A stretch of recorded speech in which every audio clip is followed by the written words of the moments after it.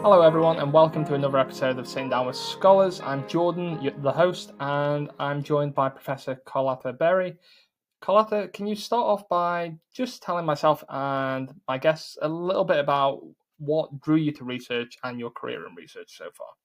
So I was actually more drawn to academia than necessarily research. When I was an undergraduate student in engineering school, there were not a lot of Black students or female students. And so my passion was I felt that there was a better way to present engineering and to represent engineering as a whole. I thought it was a very interesting and creative field, but it needed to be more representative of society as a whole.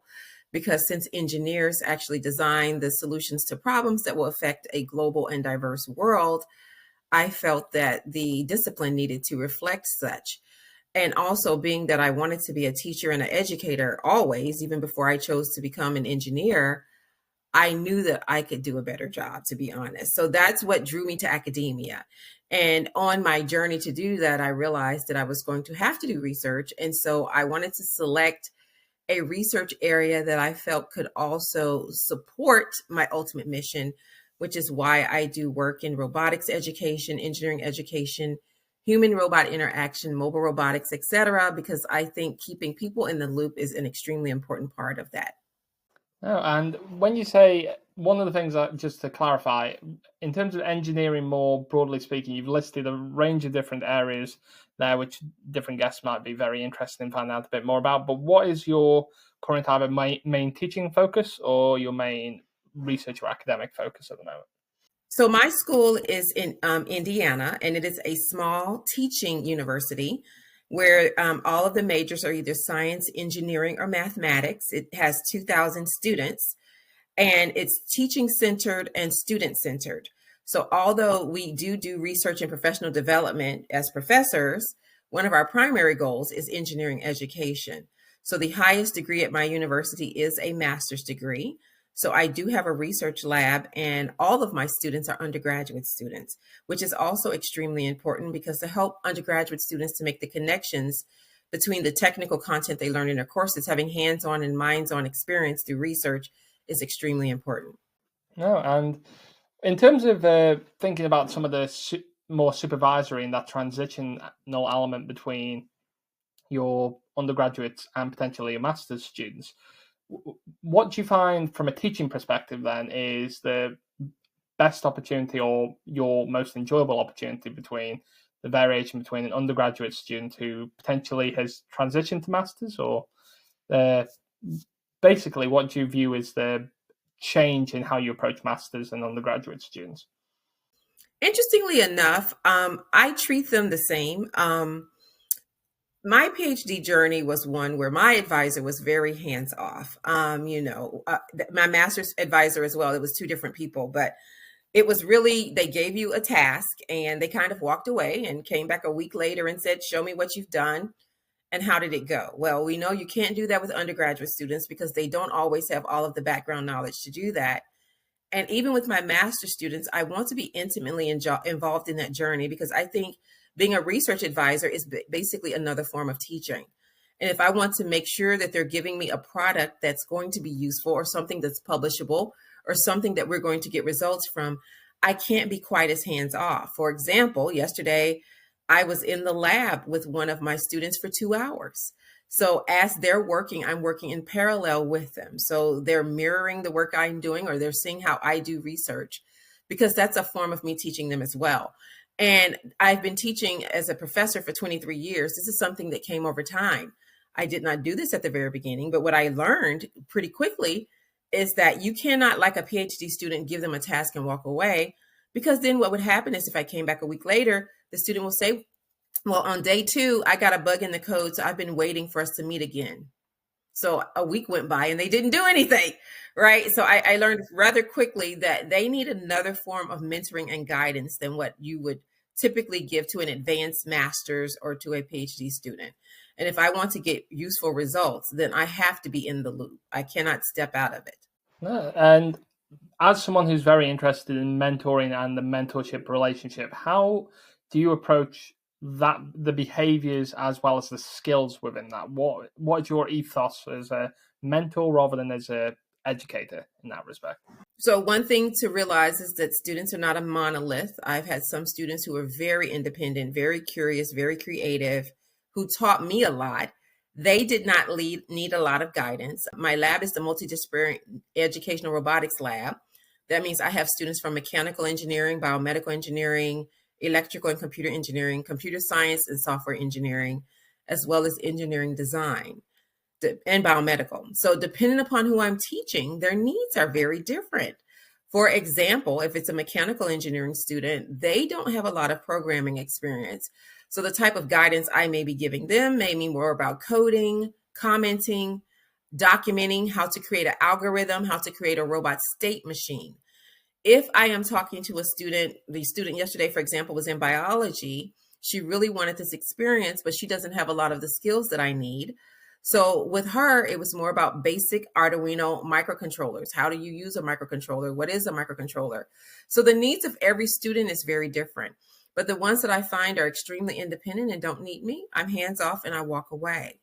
But it's honestly not the same, but it's really more of having a people aspect and not treating all students the same. They are not all the same. And that's actually the same thing I do as an educator. You have to teach to the level of all students. I'm teaching first year students right now, some of which have done what I'm teaching and some of which who have not.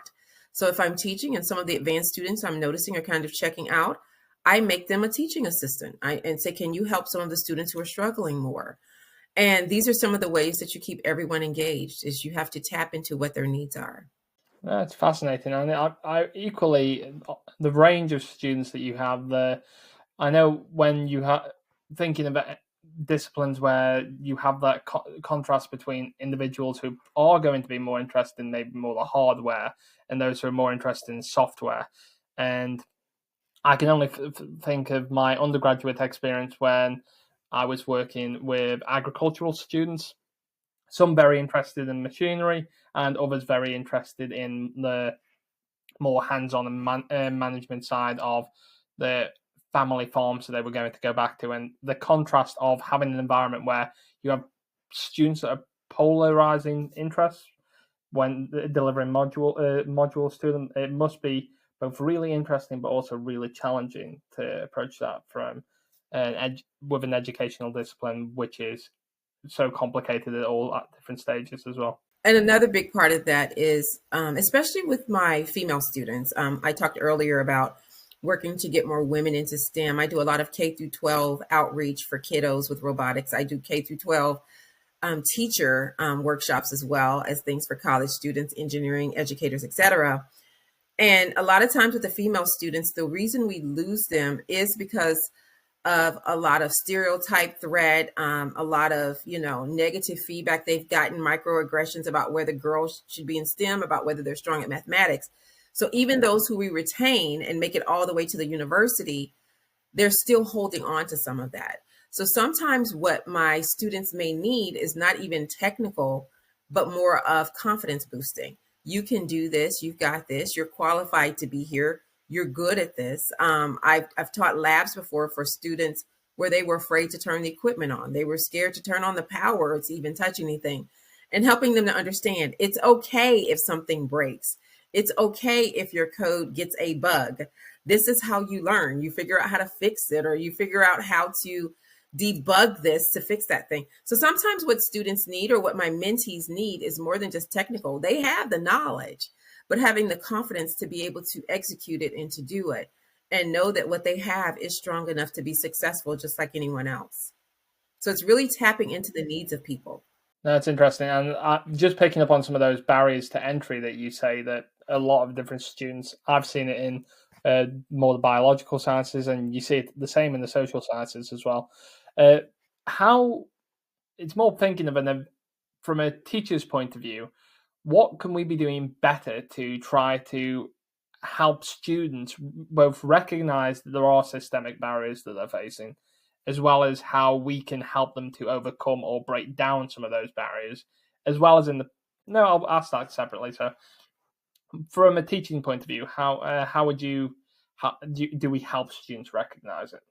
I think it's very important to make them aware that these things exist. Unfortunately, hopefully someday they will not, but also providing them with resources to be able to overcome them and to be successful in spite of them.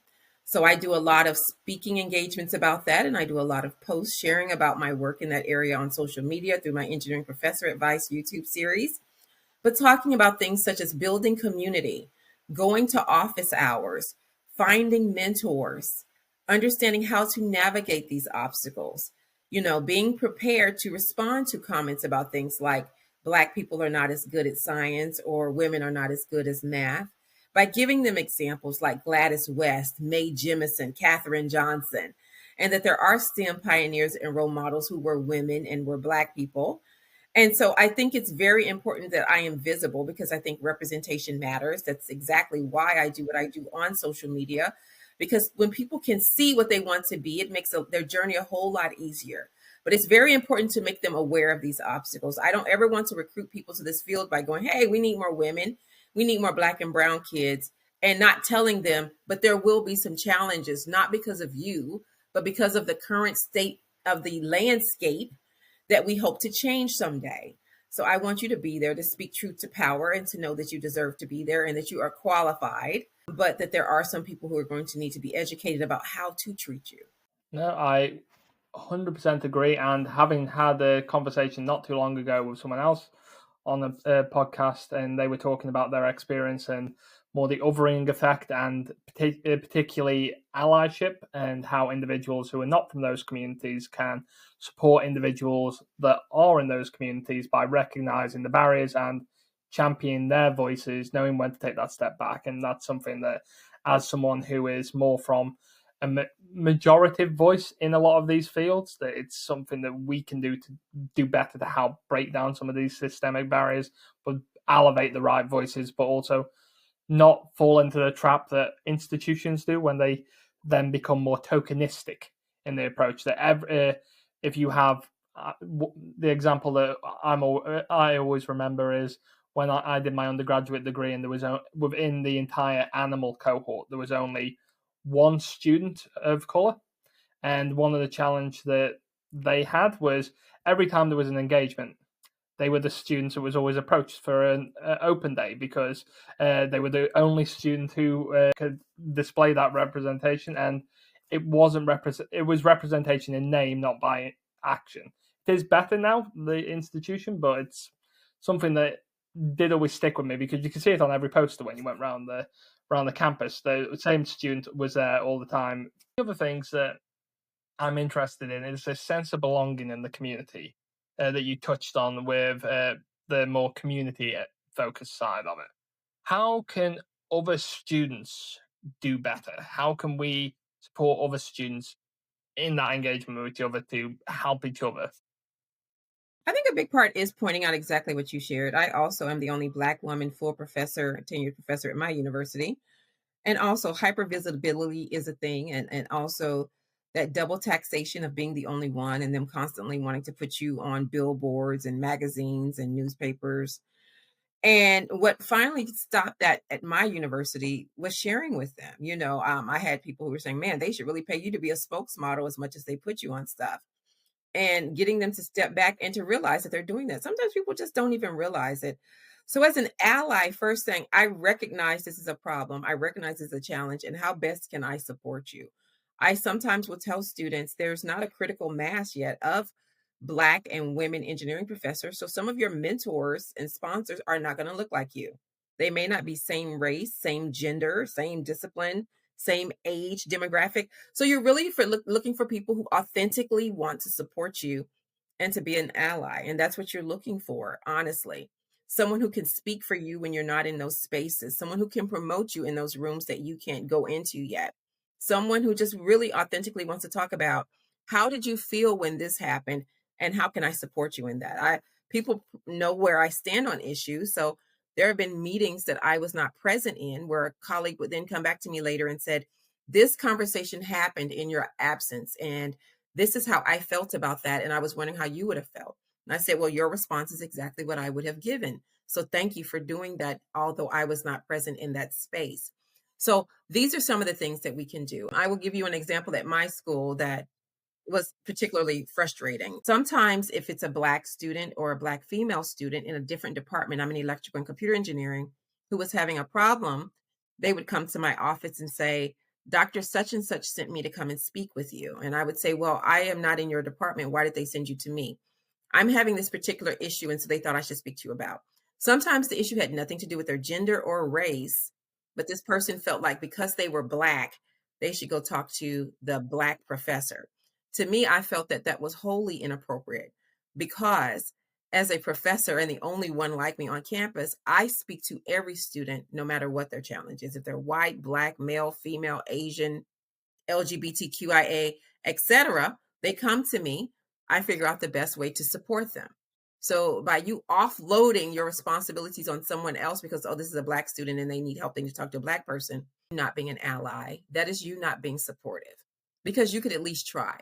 Have the conversation with them. And if it does become something that is beyond you feel your area of expertise, definitely pull someone else in. But to immediately dismiss them because they're like, oh, this Black student needs help, let me send them to a Black person. Not only is that, kind of disheartening for that student, but it's also putting a lot of weight on that other professor. At my university, I've been there 20 years. I've been on about 7 diversity committees, and I finally had to say no. I know it's easy to put me on these things because it checks 2 boxes at once. I got my Black person, I got my woman, but no, because everyone on this campus should value diversity and understand its importance, and why every student needs to know diverse people from diverse backgrounds, whether racial, socioeconomic, disability, whatever that may be. So I don't have to be on the diversity committee. If I'm not there, those value systems should still be represented. Yeah, and I think the point that you highlighted, just to reiterate it, because I think it's something that needs to be shouted as loud as physically possible, is this whole point about the offloading, because it does happen. It happens at academic levels, research levels, academic societies.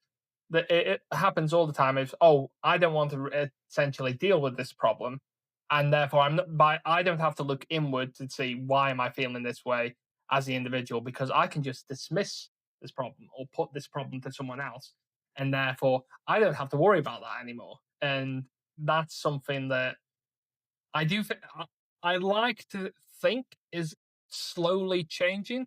uh, Maybe that's the optimist in me trying to hope for the better with that one.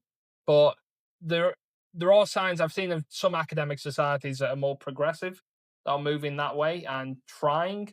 And I think that's the main thing for me, seeing the triers, not the ones who are the shirkers who just go, oh, this is something we have to do rather than what we should be doing. And I think that's something that I see a lot of in a lot of when committees are set up. This is something we need to be seen to be doing. Well, if you think you need to be seen to be doing it, but don't know why you should be doing it, that's part of the problem in your ethos. You can have all these values, all the various different things, but if you don't know why you're doing it at your heart and why your institution needs to change, you're never going to change any of the systemic challenges because you don't recognize it as a problem at the truth of it. You think it's something that you've got to meet and a target that you've got to achieve. Yes. For example, well, right now the United States is going through a very difficult challenge when it comes to diversity, equity, inclusion, and affirmative action.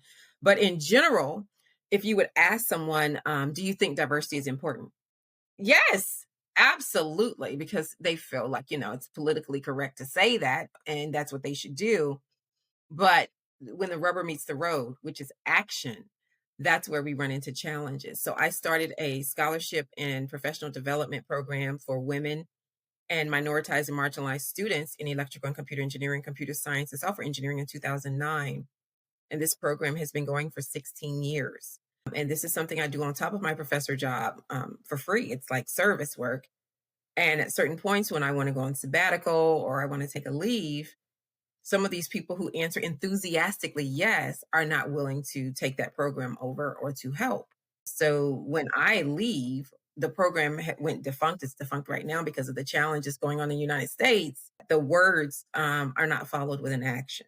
It was very easy to just decide it's easier to get rid of these things to keep from being a target than to go, no, diversity, equity, inclusion, and justice are so important that no matter what is going on, they should remain. So it's now of yes, diversity is important, but not important enough for me to take any steps or actions to make sure that it is retained.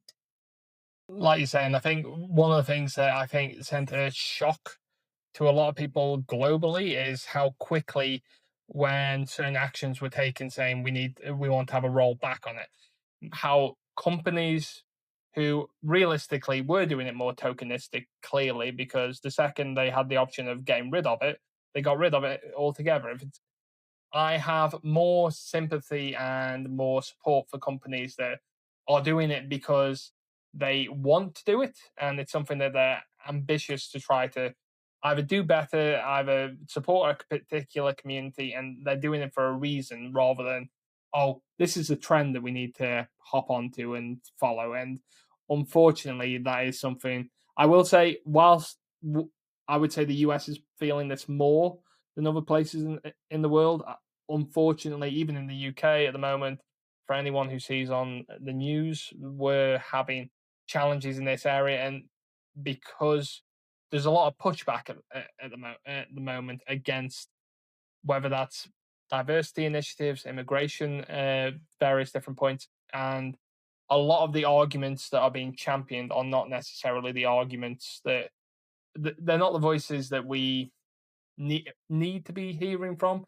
They it's very much this are speaking quite often about the same point, adding fuel to the fire, causing more problems, undercutting various different initiatives that are really positive. And the fear I know in academic circles is what's happening in the US could also move quite quickly into Europe, and therefore we're going to lose a lot of our DEI funding, our supports, and so on.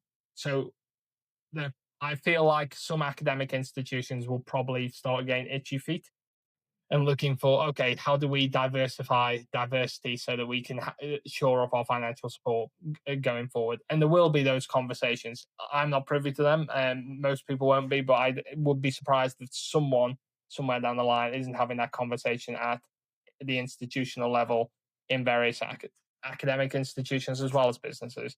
I'd be shocked if they weren't. Well, I think it's because, they obey in advance. A lot of it is financial. They either don't want to be sued or they don't want to pay penalties or they don't want to lose endowments or grants. A lot of my colleagues who do work in diversity work have all lost their grants because any grants that were funded by the National Science Foundation that have words such as diversity, belonging, equity, and inclusion were all canceled. So there are a lot of tenure track professors who no longer can support their graduate students or their research work. But I think what's going to end up happening is, like you said, universities understand that diversity is not really for the marginalized and minoritized populations, it's for everyone.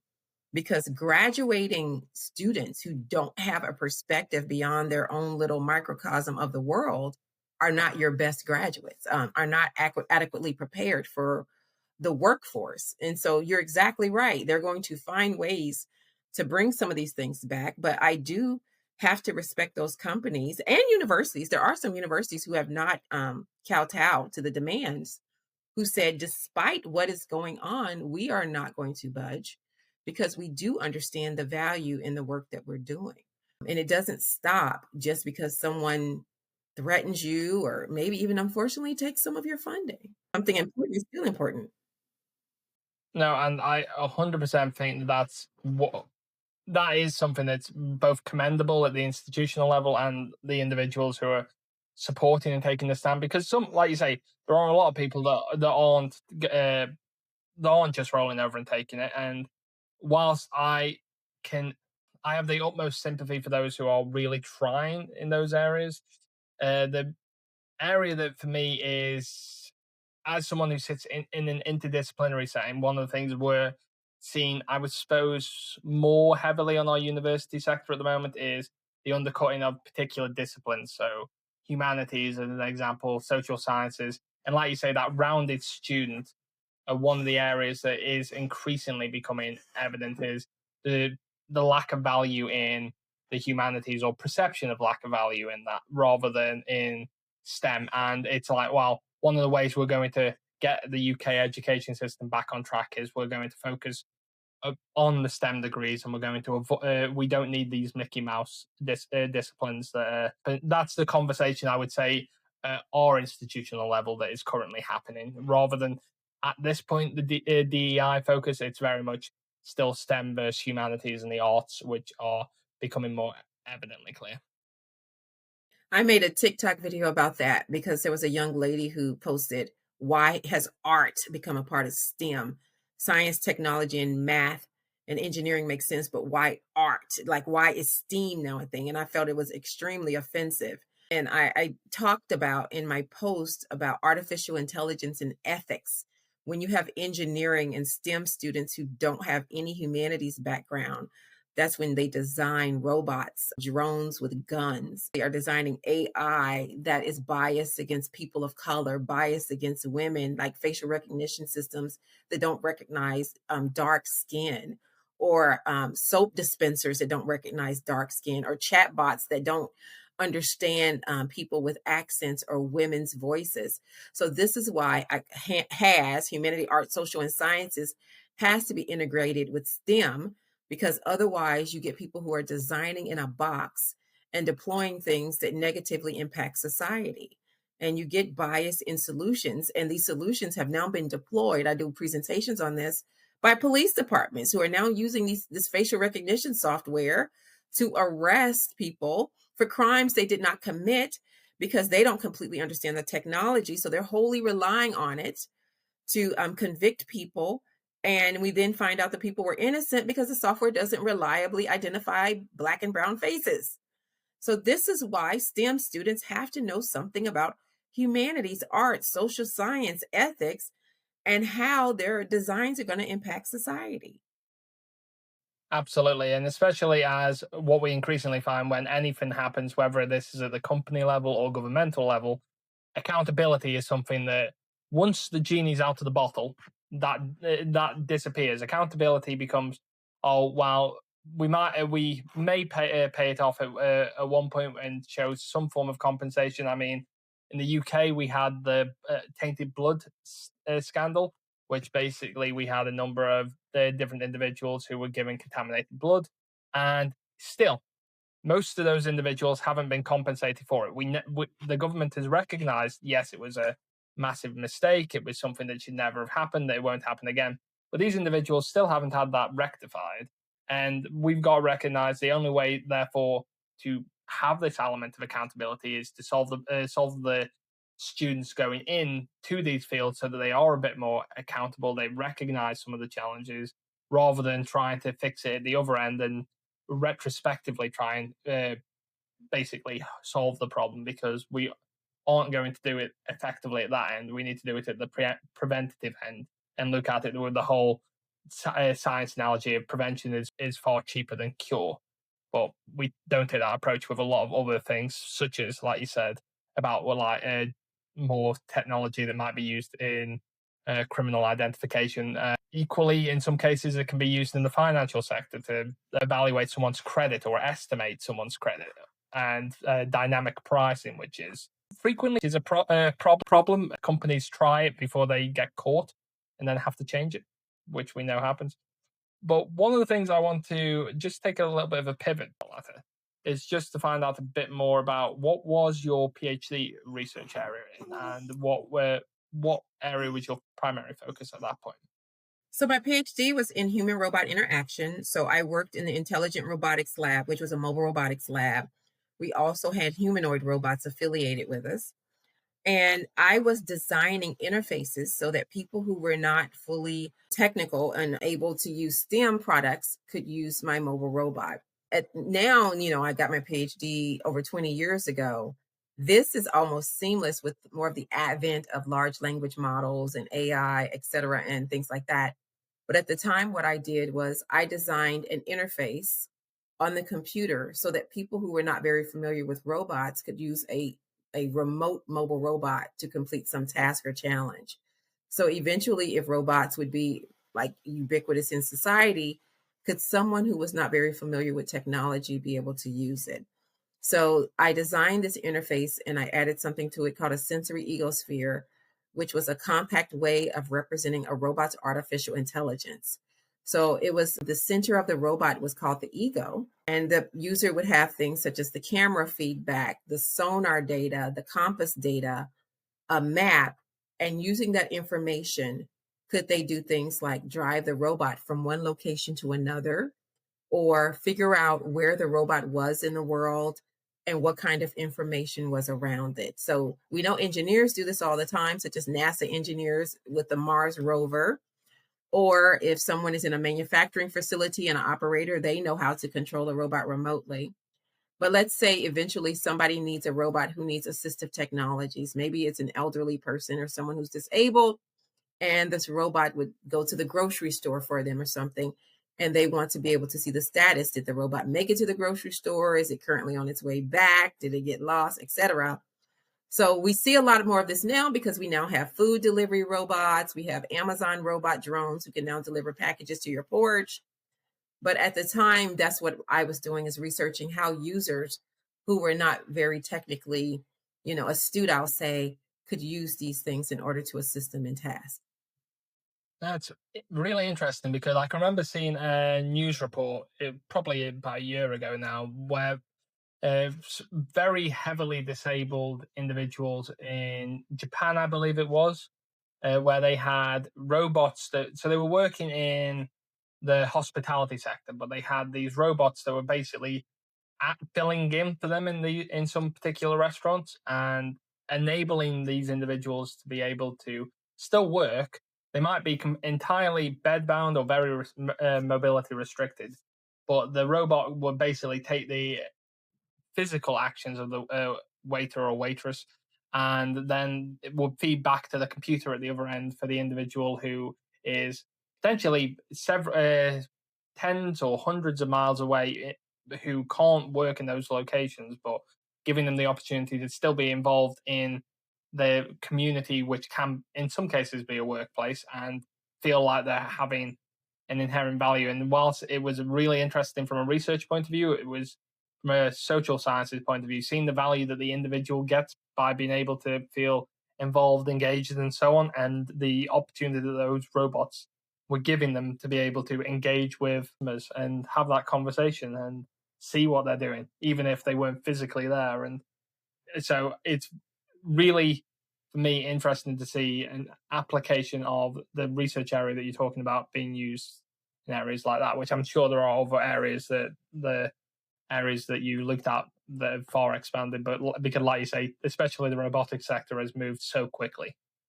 Absolutely. Telepresence robots is what you were referring to. And I go to conferences where people who are disabled attend with a telepresence robot. And other examples of where telepresence robots are used is, for example, in a museum. It's a way for them to go to a museum and look at the art by driving the telepresence robot around and looking at the exhibits. And something my university and others have discussed also, if it's too expensive for some students to visit before deciding about coming to a college, they can use a telepresence robot to take a tour of the campus. Really great benefits to having ways for people to engage with robotics technology beyond the technical aspects. Like you said, it's about the social aspects and giving them opportunities to engage and be included in these spaces. Fascinating. And one of the things that I want to both ask you about your research area, but you can approach this from your teaching side as well, is what would you say excites you about what you do in terms of your work or the area that you're interested in? I think it's using it to make connections with people who may not have been able to see themselves in this space before. I'll give you an example. I'm also co-founder of Black in Robotics and Black in Engineering, which were both started in 2020 during the Black Lives Matter movement and the Black in X movement on social media. And I do virtual robotics workshops. So I ship kits, I ship robots to people who I may not ever be able to connect with. I have connected with people in Ghana, in Niger, in Nigeria, in Tunisia, in Costa Rica. And I have connected with young people who, with their parents, are able to log onto Zoom, and I teach them how to program. And I will get emails that this kid has now taken what I've taught them and won their local science fair. Or I will get videos from these students in Africa who I may never meet, who have now taken my robot, and when they didn't have a power supply, figured out how to use their cell phone on top of the robot to power it and drive it around. They're doing things that I would have never thought to do because of me connecting with them on that level. So it's when I see how the research that I'm doing are impacting these communities and my reach is expanded that excites me the most. So it's an idea that I had in my head, but I was never able to completely visualize the reach that I think is most compelling. Social media, for example, there are people who found me on TikTok and asked for all my robot designs because they are open source and 3D printed a classroom of robots for the kids in their high school classroom. It was a teacher on TikTok, and she sends me videos of her students now using my robots to learn about STEM and enrolling in competitions using those robots. That makes it important. I was going to say, because one of the things that's really, I suppose, interesting for a lot of people to hear is at the heart of a lot of these components and the software, it's can be relatively inexpensive. Build something. People think, oh, robots, that's several hundred, several thousands of pounds, dollars, and so on. But it's relatively inexpensive, from my understanding. It can be both, unfortunately. So if you look at the world-class researchers, a Georgia Tech, a Stanford, a MIT, a Carnegie Mellon, the robots in those research labs could be north of $50,000 very easily. And I actually also write children's books, and I had proposed a children's book for a academic teacher, and it was for K through 12. And one of the things they told me is, we rejected your proposal because we felt that robots were not very inclusive and that marginalized and minoritized kids from difficult socioeconomic backgrounds would never have access to such technologies.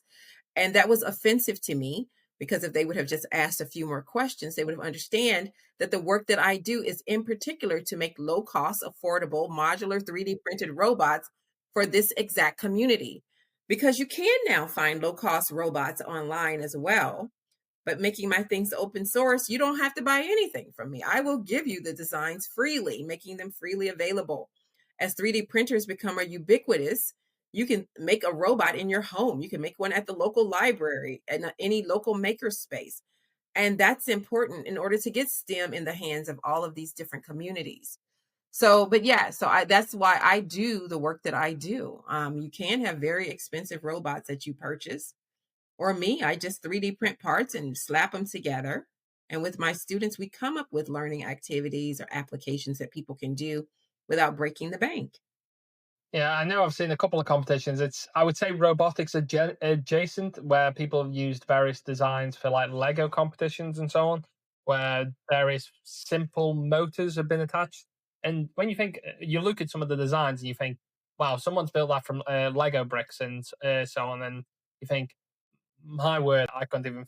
As someone who's not robotics and programming inclined, it's complicated enough seeing that in a Lego kit. Never mind in a when someone gets out a soldering kit and something like that, which can add more detail. Which I'm sure there are various areas where it can be more less complicated depending on what type of design someone's trying to employ or purpose they're trying to employ the robot for. But working at that level is extremely important. My daughter is a senior in high school, but from third through eighth grade, I was co-leader of her Girl Scouts robotics team. So because you can now use Vex robotics, Lego robots, etc., graphical programming, which is puzzle block based, I was able to teach 8 and 9 year olds how to build and program robots and compete. And by having these all girl teams, they're able to get the confidence they need that they can do all of it without having to deal with, any stereotypes or negative feedback. When we would go to these competitions, we would be one of two all girls teams, but they saw that they were able to do this work as well. That's another way of retaining these young people, is give them, some of these same gender experiences when they're younger. And now those same girls who third through eighth grade were on a Girl Scout robotics team are on a high school co-ed robotics team and doing the work and doing just fine. So, by having them at that level of Legos or puzzle pieces or websites like Tinkercad, which is really for the level of the very, very young, they grow into these things and develop that confidence as they get older. Normally, I would ask this later in the discussion, but it's something that I always think is quite powerful when different individuals you dismiss a subject because you think it's not relevant to your career quite early on. Like in my own research area, I use more of an arts based methodology to basically look into the individual approach, get them to illustrate, because how you illustrate can be different than what you're saying in an interview, and as a result, I can get two different measurements from you based on how you've drawn yourself, how you presented this piece of work, and it gives me a different introduction into you as a person. But art is something that I completely dismissed when I was in my early teens because no one ever presented it to me in a relevant area, or equally with all the extracurricular activities that were available. There wasn't that many around for someone who was, oh, do you want to learn how to draw or different things like that. YouTube obviously not being as much of a thing when I was younger. Now you could learn how to draw a lot on online and so on. But it's in. Is there a subject that you wish that you hadn't dismissed, or that it's something that you know that you've tried to correct like later in your life that you came back to afterwards for whatever reason? Interestingly enough, and I know this is going to sound weird because I'm a roboticist, is it was programming.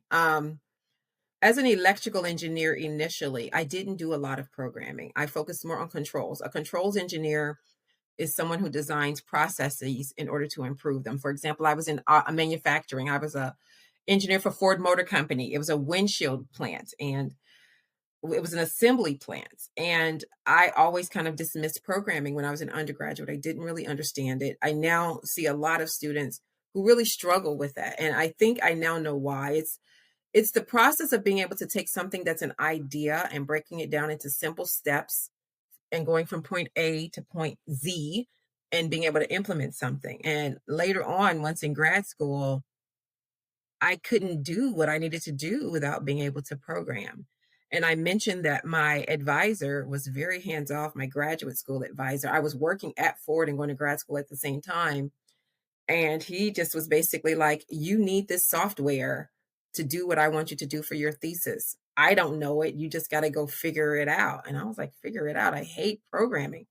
But once I did it and I really sat down and looked at it, it wasn't so bad.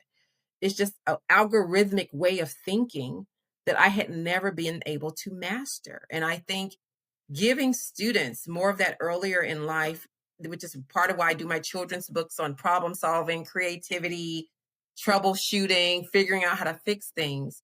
It's a way of learning how to think that had escaped me and escapes a lot of students, that made me neglect some areas that I shouldn't have, like learning how to program. Then later on, writing, the importance of writing. Engineering students will sometimes talk about, I hate writing. I always loved reading, but writing wasn't really a thing. You cannot write a 300-page dissertation without knowing how to write. So I had to get better at that. And now the fact that I write children's books and textbooks and romance novels is kind of amazing considering where I started with my writing journey. And you only get better at writing by doing it. So getting students to understand the importance of communication skills, verbally, written, presentation, they don't always see the value in. I'm an engineer. How can I get an investor to buy into my ideas if I cannot present them in a clear and concise way to people who may not know a lot about my work? So, taking some of these things you neglect and seeing that they're equally as important, like I said earlier, has the humanities, arts, social sciences, and marrying that with STEM. STEAM is extremely important. Completely. And I think the other thing that's interesting is, as you said about bit earlier in your career, of having the view of either with programming or equally from the writing point of view, where you are trying to, you inherently, as you go through your education, you think of different ways of avoiding different areas that you don't find as interesting or as fulfilling in different areas, or maybe as, let's go with more of it, maybe you don't see them as useful. And can always remember when I've had teachers at school say, "Oh, well, you only need to do maths for so long, and then you can get rid of maths," or you only have to do science for so long, and then you can get rid of science or whatever. And you think to yourself, going back and thinking to it, you want to go and say, "Why are you telling kids this?" Because if you view your education far more holistically, and you think, if we approach it holistically, then we can look at the art informs this, science informs that, geography this, English that. And you think to yourself, if you link all of these together, the student will have such a more rounded view of the various subjects that they'll come into contact with, rather than thinking, oh, I don't like math, so I can get rid of it in 2 years. I don't like science, I can get rid of it.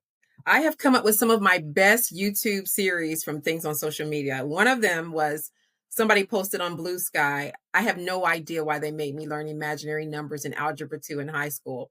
I made a whole YouTube series on where you see algebra, see imaginary numbers in the future, in particular if you're an engineer.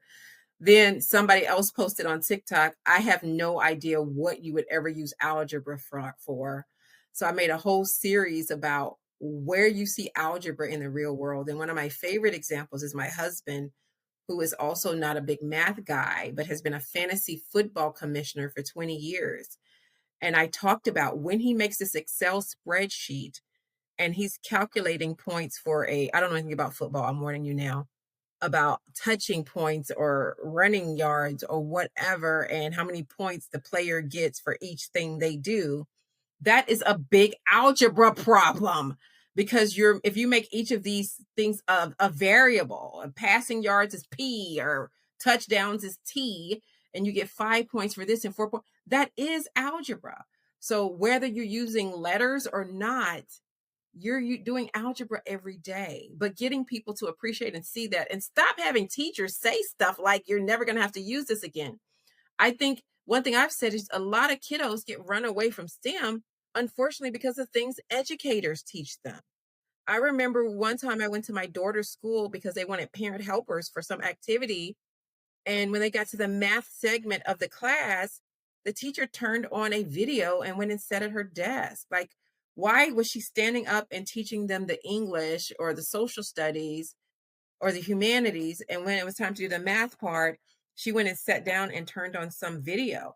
And I think it's because sometimes the people who are teaching these topics are not passionate about it themselves, and they pass that on to the kiddos. So no, I don't like hearing things like, oh, just learn it now, you don't have to do it again.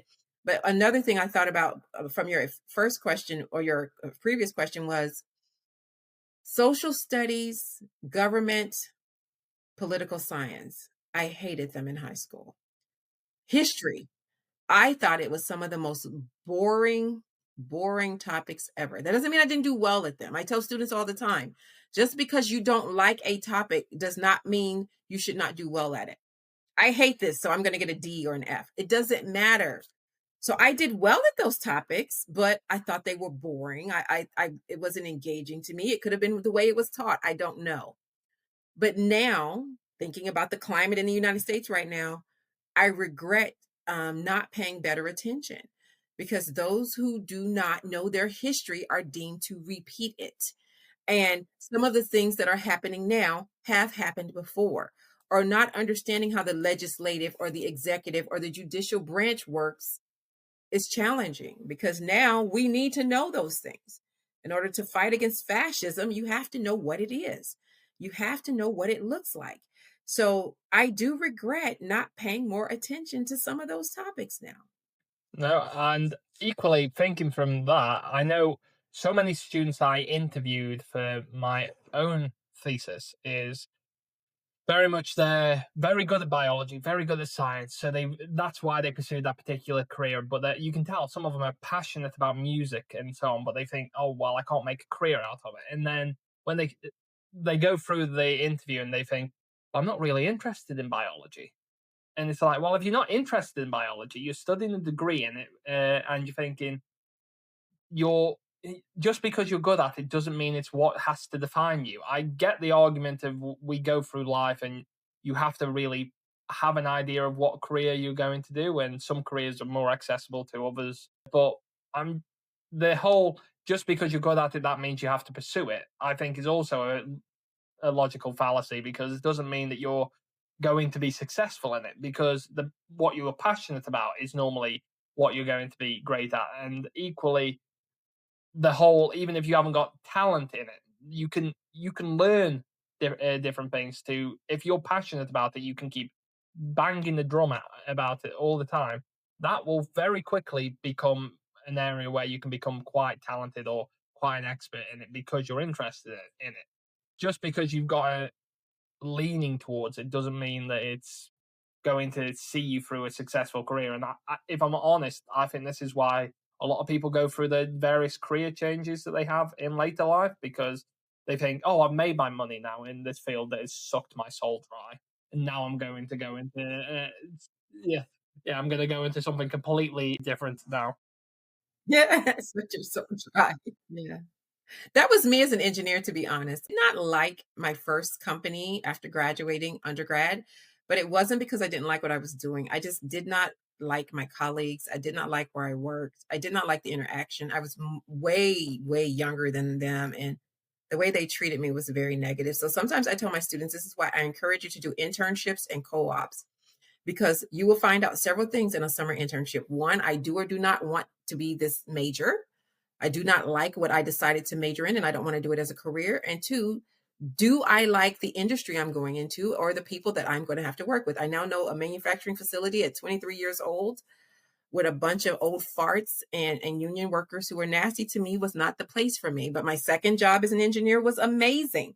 But even still doing that, I spent more time tutoring and talking to the interns and doing service work with kids to know that I was not meant to be there. I needed to be an engineering professor. So that's why I left and went back to grad school. But another thing that I've unfortunately seen, and it makes me very sad, is I've seen students who wanted to be a musician, a pianist, an artist whose parents refused to pay for any degree other than medicine or engineering. I've had students like that, and some of them almost failed out because they hated being there. Some actually did well and were miserable and probably went on to be an engineer, but it wasn't going to last. So one thing I tell kids is please don't pick a major for your parents. I hate some of them had no choice because their parents would only pay for that degree, and please don't pick a major for the money. I've had some students who say, I do want to be an artist, but I was told they don't make any money. So I picked engineering. So they have a miserable 4 years getting through engineering school when they really want to go to art school. I had one student make it all the way to grad school and drop out after her second year in her master's program and become an artist. And her mother reached out to me and was completely devastated and said, can you talk to her? And I was like, I don't even know what you say. If she wants to be an artist, she wants to be an artist. She dropped out of grad school to go be, where her passions lie. And so because I think it's extreme, who wants to live the rest of their life doing something that made them miserable because you thought you'd make more money at it or because somebody made you pick that major or that discipline? It's putting a square peg in a round hole, and it's a horrible journey. I think this whole negative assumption that we have around when an individual discovers themselves, it's either the university has ruined my child, or that they've discovered themselves and oh, they're going to make such a mess of it. And you think, no, they found what they're passionate about. They found their tribe, their community, and so on. Yes, they might find it challenging, and you've got to just support that journey. Don't get me wrong.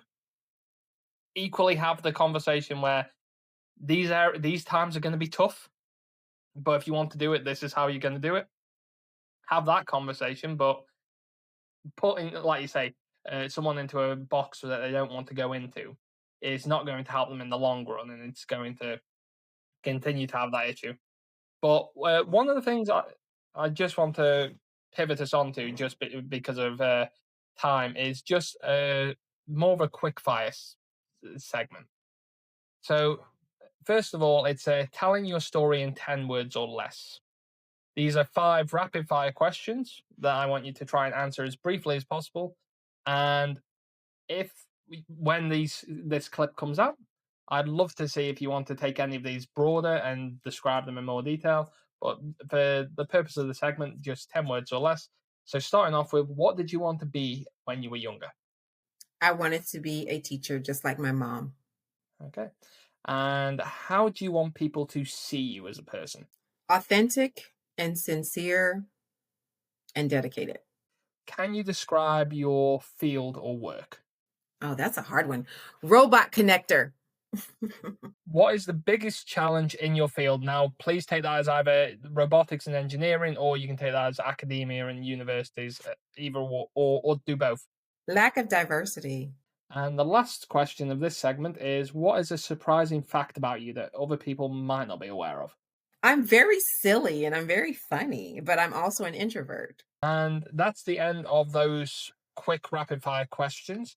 And just moving on to what is your opportunity to ask my next guest. You don't know who that guest is going to be, but they could be a content educator, researcher, or academic. What question would you want them to answer?